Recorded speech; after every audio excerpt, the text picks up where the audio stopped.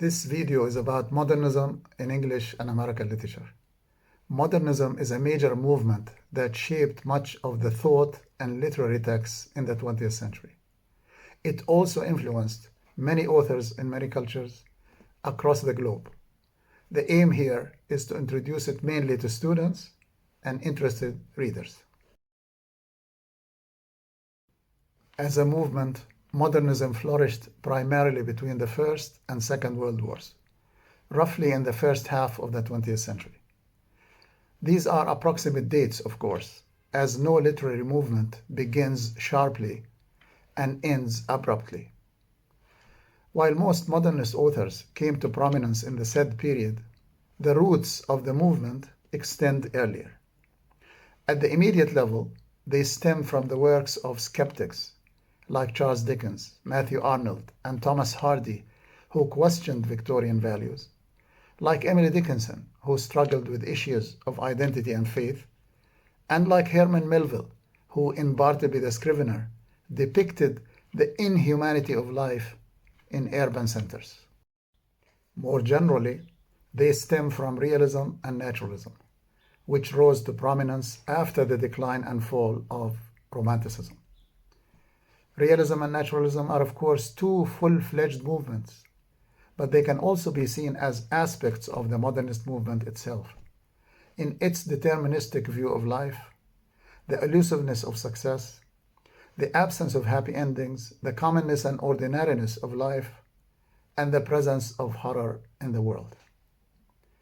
And the roots of modernism extend to the influential ideas of Darwin, Nietzsche, and Freud, and to earlier discourse about discrimination against women and discourse about slavery, racism, and colonization.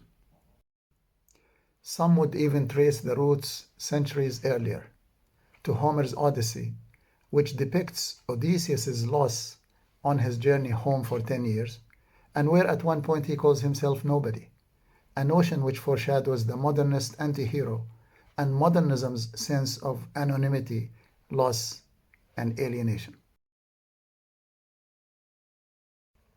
The authors, British and American, belonging to modernism, are extremely difficult to enumerate. There are so many of them, and it is next to impossible to say who's more important than whom. Consider the following novelists: Ernest Hemingway, Scott Fitzgerald, James Joyce, T.H. Lawrence, Virginia Woolf, E.M. Forster, William Faulkner, Joseph Conrad, George Orwell, John Steinbeck, Aldous Huxley, Willa Cather, Thomas Wolfe, John Despassus, Theodore Dreiser, and the list could go on. Look at some of the poets: William Butler Yeats, Robert Frost, W.H. Auden, Carl Sandburg, Ezra Pound, T.S. Eliot, Marianne Moore, William Carlos Williams, Sylvia Plath, Anne Sexton, Hilda Doolittle, Langston Hughes, A.E. Housman, Amy Lowell, Wallace Stevens, T.E. Hume, E.E. Cummings, Edwin Arlington Robinson, Claude McKay, and many more. And there are important playwrights from the poets and novelists just mentioned, and from others like Eugene O'Neill, Tennessee Williams, George Bernard Shaw, Thomas Becket, and many, many more. What does one infer about the modernists based on their large number and prolific writings?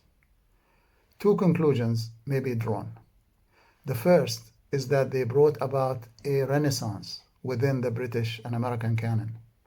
It is, one might say, a third renaissance, after the first, which occurred in 16th century England, and the second, which took place in the first half of 19th century America. The modernists produced a lot of masterpieces.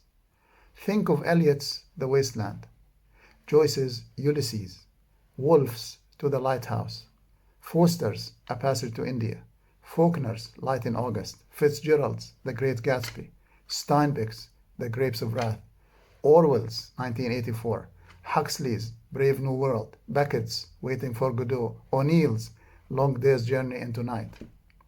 Wow. Indeed, wow texts and wow authors. The second conclusion is that modernist literature is not only sizable in volume and rich in theme and style, but varied and diverse. It is important to recognize such diversity because it makes several generalizations about meaning or technique in modernism difficult to make, since one finds so many counterexamples to what one asserts. It is, as many often remind us, modernisms rather than modernism. There are instances when several modernists articulate a premise, while others articulate the opposite, a counter-premise. You find texts criticizing the urban locale, for example, but you find some that actually praise it. The same applies to the First World War, condemned by some, celebrated by others. Diversity, even to the extent of contradiction, is key in modernism. Clearly, one meaning of modernism is derived from the root word modern. While some push the term modern as far back as the Enlightenment in the 18th century, the modernists felt that as of the late 1800s and early 1900s, Virginia Woolf says 1912, Britain and America embarked on a new phase, a different type of era from what previously prevailed, a more modern, sophisticated, and complex world. Modernism in this sense is derived from modernity, and much of modernity is associated with urbanization, the growth and expansion of big cities. The city, in fact, is the setting for action in many modernist texts. But the new modern world, which Huxley refers to as the brave new world, and which Orwell depicts in his dystopian novel 1984, is influenced and marked by the advent of the Second Industrial Revolution, which brought about immense industrial development, great expansion of railroads, spread of steel factories, and machinery and technology of all types, including automobiles. It was also the era of radio and television, and of skyscrapers and big highways and bridges. All of these monumental achievements and others, which are the backbone of many modernist texts, had their implications on the lives of individuals and groups, both positive and negative. More negative than positive, one should say. While making life easier and things faster, they nonetheless made individuals feel small, bewildered, controlled, spiritually impoverished, and ultimately lost. Paradoxically, people entered an advanced world, but unfortunately this modern world did not make life better. If anything, it perplexed and alienated people. In such a context, is there room for the traditional heroes of classical texts, mighty heroes like Achilles, Odysseus, Beowulf, Sir Gawain, and Gulliver? Tragic heroes like Oedipus, Faustus, Othello, or even romantic heroes like Childe Harold, Don Juan, Heathcliff, Ahab, and Ishmael? Most definitely not. These are the times of the anti-hero, the no-hero, or the a-hero, a term which I prefer. Like Eliot's J. Alfred Prufrock, Joyce's Bloom, Master's Abel Melviny, Robinson's Miniver Cheevy, Auden's Unknown Citizen, Dylan Thomas's Hunchback, Beckett's Lucky, and Cummings' Anyone and No One. Characters incapable of defying reality and making impact, whose motto, in J. Alfred Prufrock's words, seems to be, "Do I dare, and do I dare."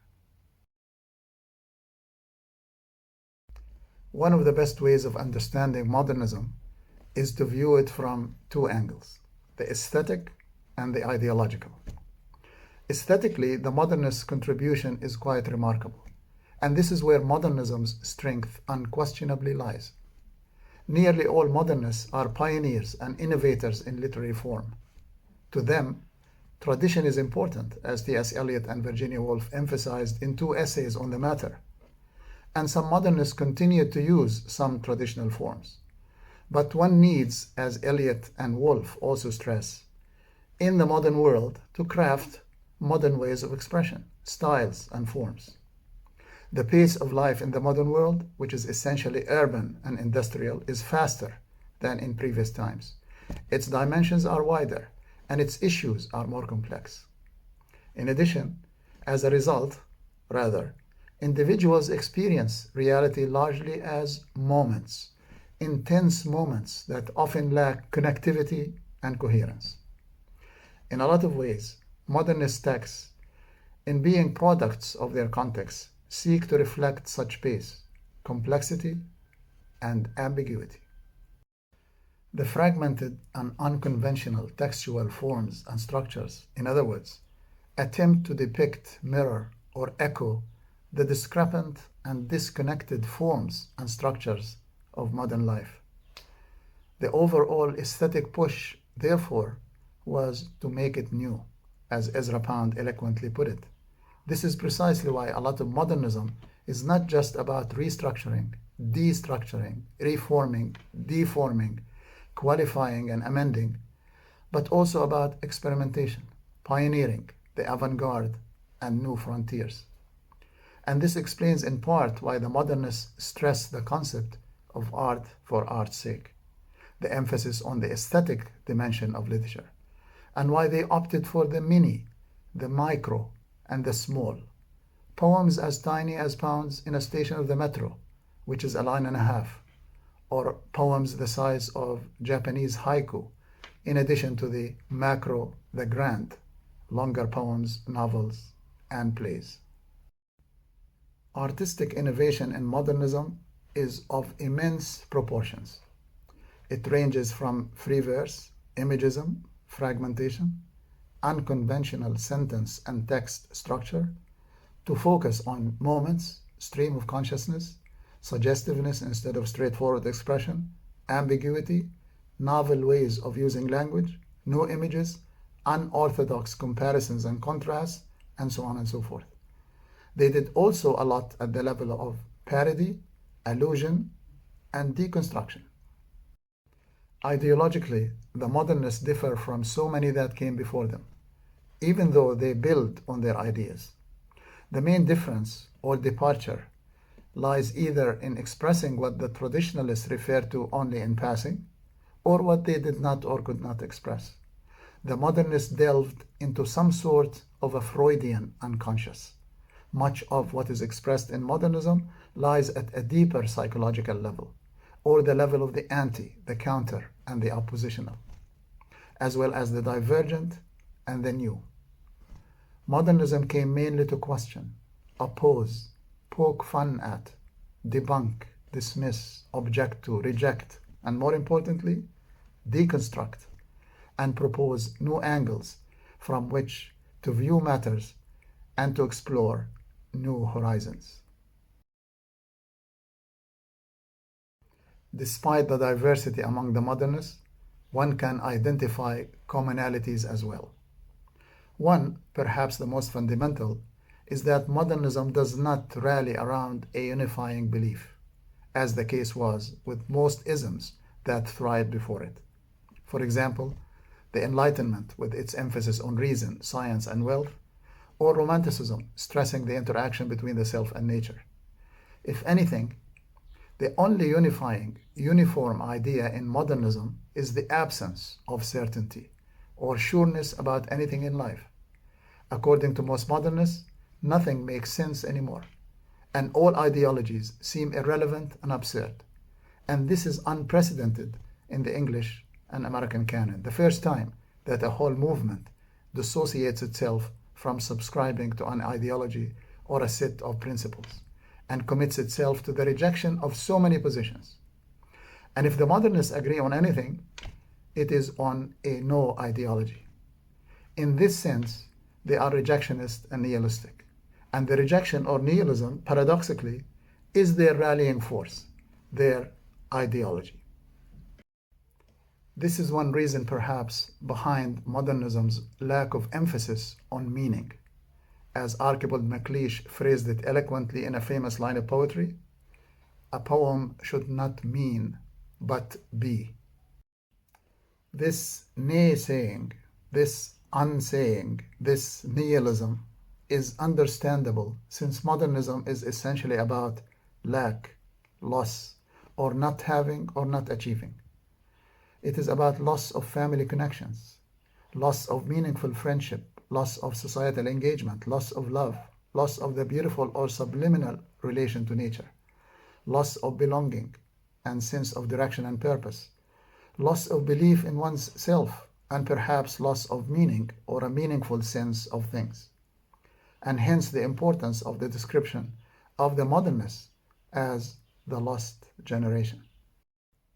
More than loss, it is about total inner vacuum, inner void, as expressed eloquently in Eliot's famous line, "We are the hollow men," about lost potential and lost opportunities, as in Master's poem Abel Melviny, which declares, "I saw myself as a good machine that life has never used," or about a world which has neither joy, nor love, nor light, nor certitude, nor peace, nor help for pain, in the words of Matthew Arnold, a modernist precursor. This is what one may call stark realism, the modernists staring reality, both inner and outer, in the face and calling a spade, in a sense blasting Western civilization for what it has come to between the two world wars. And herein lies their boldness, strength, and ideological contribution. A prevalent theme in modernism is that one is stuck in a present that one is not at home in and is unable to escape from, as expressed eloquently in Robinson's Miniver Cheevy, Eliot's The Love Song of J. Alfred Prufrock, and Yeats's Sailing to Byzantium. Those modernists who are happy with the present and celebrate it, like Sandberg in Chicago, or those who are able to do something about it, like Stevens in Anecdote of the Jar, or 13 Ways of Looking at a Blackbird, or like Carlos Williams in Spring and All, or The Wheelbarrow, or E. E. Cummings, who express matters light-heartedly and humorously, are a few, and are generally an exception to the rule. This is the part of modernism, in fact, that leads to postmodernism, and in this sense, this is a pre-postmodernist feature of modernism. It should be underscored that there are several direct social, political, and cultural messages expressed elegantly and deconstructively by many modernists, such as condemning war, hypocrisy, the ills of capitalism, the negative implications of the machine, the dysfunctional family, dystopian reality, and so many societal ailments. Two messages in particular stand out: condemnation of discrimination against women and condemnation of racism. This is modernism in a nutshell. Obviously, it is much richer than presented here, but this video, we hope, captures its essence and encourages readers and viewers to delve deeper and wider into a disturbing view of life, but one which is ideologically and aesthetically rich, complex, and powerful.